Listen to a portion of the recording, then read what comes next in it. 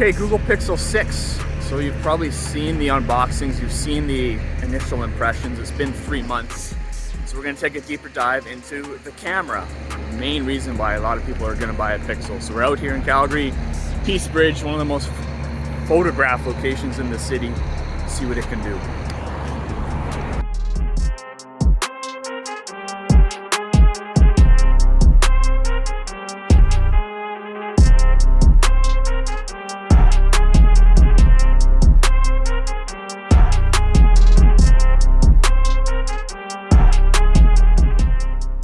Okay, a rundown of my day shooting with the Pixel 6. So also this might look different. So this is my normal setup, usually shooting on my A camera.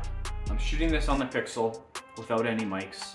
Probably a little bit of grading in post just to kind of spruce it up a bit, but this is just, if I'm making a video about how the Pixel 6 camera works, I'm gonna use it the whole time. So this is on the ultra wide in a well-lit environment. Gonna be a little echoey, but this is the type of kind of A-roll interview footage you can get raw out of the Pixel 6. So your default camera settings is gonna default to your normal lens 1 time. You're gonna be able to punch in for a 2x zoom or zoom out for an ultra wide. Now the one thing that I will say is in not ideal conditions, so lower light conditions, the ultra wide does struggle. But where we were outside, good sunlight, all 3 of these are unbelievable. The 2x feels more like a digital crop in than a 2x zoom. You do get a little bit of image loss with that. But the ultra wide and the standard lens are great. The theme for most pictures that you're gonna get processed out of the software, out of the Pixel, they're gonna be oversaturated and they're gonna be over contrasted.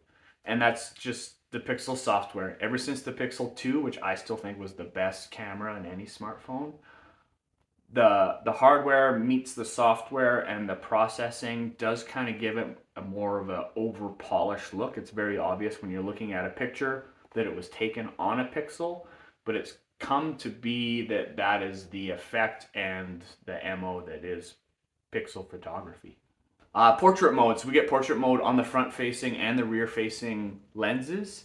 Now, again, disclaimer, in low light, the forward facing on the Pixel 6 is only an 8 megapixel camera and it really struggles in lower light. I did a few tests in my house in this room and then slowly moving down the stairs to my basement where the light is getting less and less and less. You can see as soon as the light dips low, you do get some graining and some over processing there. But again, outside in a well-lit environment, selfie camera with portrait mode or rear-facing camera with portrait mode, unbelievable. And they're getting a lot better. I was wearing sunglasses, I was wearing a hat. Sometimes those get cut out a little weird and jaggedy, but as you can see by the examples, it is crisp and somewhat of a realistic background blur. Okay, your motion settings. So these ones are pretty unique. There's an action pan and there's a long exposure. The action pan itself, I would say I could hit it about 50% of the time. This is gonna take some practice. I'm not too sure how it's gonna work in low light, but basically what you're doing is you're trying to capture an object in motion and it blurs the background. I was standing on the side of a road, tried to follow a few vehicles, and I think every other one I could hit.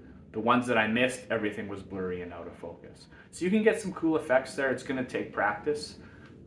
The other one, the long exposure, you need the right environment. I tried to do this a couple times, it somewhat worked, but you're gonna want a lot of fast moving foreground and still background. So I see this being really good for like nighttime photography, so you can get some light trails from tail lights and brake lights. It's also a tail light, headlights. Yeah, with your background in focus and your foreground slightly blurred, you can get some really good shots there. Again, these 2 are gonna take practice. Pano, I feel like Pano keeps getting better. It's very underutilized. The longer Pano you take, obviously the more narrow of a photo you're gonna get. It's good. I used it a couple times. Is this gonna be something you're gonna use every day? No. It's a fun, cool little thing, but you're not gonna use it much. Photosphere, same thing. I'm uneducated on this. I tried it sitting on the side of the Bow River. Are you gonna use this a lot? No. What are you gonna use this for? I don't know. Did it work well? Yes. I don't know, it's kind of one of those things that you know, when smartphone cameras came out, it just like, do we want a panoramic? Sure. Do we want this photosphere thing? Sure. It's not going to be something you're going to utilize all the time. Magic Eraser. So the most hyped feature from the Pixel 5 to the 6 was the addition of the Magic Eraser. I've used this a handful of times and it works exactly as advertised. Now what it's doing is one option is it can select objects for you. So you can take a picture, click on your Magic Eraser, and it'll suggest objects or people that you can remove. Or you can do it manually, and the manual one is really fun. So in case it misses the mark on the suggestions, you literally just draw with your finger the subject matter that you want to erase, and it does erase it.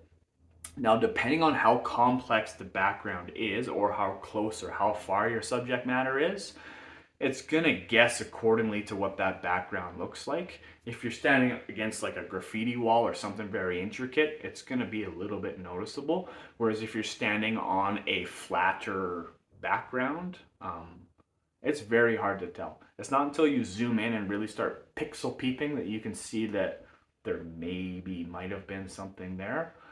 I moved around to different spots in my backyard, so we'll see how the processing works on that. I even took a picture of my son at night in like terrible lighting conditions and it absolutely nailed it. So Magic Eraser is worth the hype. I just don't really know an exact situation you're going to use it. I guess if you're looking for a scenic or a landscape shot and there's one or two people in your shot and you want them erased, I guess that would be it. But other than that, it works exactly like it should. Okay, video mode. So defaulted in your video settings is standard image stabilization. And the image stabilization in smartphone videography keeps getting better, and the Pixel 6 is no exception. It's rock solid. Walking, running, panning, tilting, it levels everything out. Default camera settings, we can do 4K, 30 and 60 frames, and 1080p, 30 and 60 frames. Honestly, if you just leave this thing in 4K 30 the whole time, the image quality that you get is perfect. And again, it's going to be that pixel, almost that over-processed look. And I do find that the videos tend to lean a little bit on the overexposure side. There's a few tips for that that'll come up later in this video, but especially in bright light, things tend to be a little bit blown out, but okay, locked in image stabilized. This is pretty crazy to me. So what it's doing is it's punching in 2 times, and all these shots were handheld, and it's literally locking on your subject matter. And no matter how much, because if you think about it, it's already cropped in a little bit because it's 4K, then it's punching in 2 times. So you have up to 2 times that frame to actually move your camera around where it's still punched in. And it's crazy punched in. Obviously, you're going to get some quality loss because it's punched in. You can also punch in 5 times, which is strictly a digital zoom. Again, it's locked in beautifully, but there is some quality loss there. But that's a pretty cool feature. I don't know what you'd use it for, spying on people. Active, so your active is going to crop your image even more and just give you another layer of image stabilization. This would be the running shot or jogging shot or tracking shot. It's like a GoPro, the new GoPros, it levels everything out beautifully. Cinematic pans, this one's kind of interesting. It gives you no audio and it slows you down at a half speed and can give you like a dolly, like a tracking slider movement. Again, it's rock solid. It does lessen your image quality a little bit. Noticing a trend with that, I do have a hack to help allow you to still capture the best image quality with kind of adding on some of these stabilization and tweaks. Timelapse. This is the best feature for video on the Pixel. So you're gonna have the opportunity to go 5 times, 10 times, 30 times, or 120 times. And like I'm gonna talk about later, when you're doing any of these intricate creative settings in your Pixel, it'll give you some prompts. So the camera software itself has an interface, and once you click on a setting, it's gonna tell you what it's good for. So if you click on 5 times, it'll say good for walking. If you click on 10 times, it'll say good for busy spots, 30 times good for sunsets, all that kind of stuff. So it's giving you schooling and giving you the best opportunity to create the best type of content.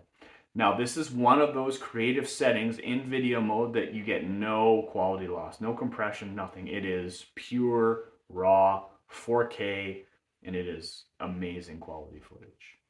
Slow motion. Like I'll touch on later, there's ways to capture this another way. you don't really need this. You can go quarter speed or eighth speed. Significant quality loss. It's okay, I guess, if you're like a high performance athlete or you're wanting to break down something very technically from like a technique point of view. Other than that, there's something else you can do that would work a lot easier. Okay, so remember with this cinematic pan not being the best and slow motion not being the best, me saying I have a tip for you? 4K 60. So you can shoot in 4K 60. It does disable the wide angle, so you only have your 1x or your 2x. But 4K 60 is extremely stable. You still have the standard image stabilization, and if you want to slow it down, you can slow it down in post, and it looks beautiful without any compression or quality loss. Okay, more basically the software. As soon as you tap on the screen, you're going to get a focus point, so you can tap to focus. You also get some quick adjustments. So you have a slider for exposure, and you have a slider for hue, so you can go colder or warmer images. It's super simple. It works beautifully. Remember I said sometimes the images from a video point of view can be somewhat overexposed. So tapping on the screen, the slider on the right, dip it down towards the darker slider, and you should eliminate any of those blown out whites.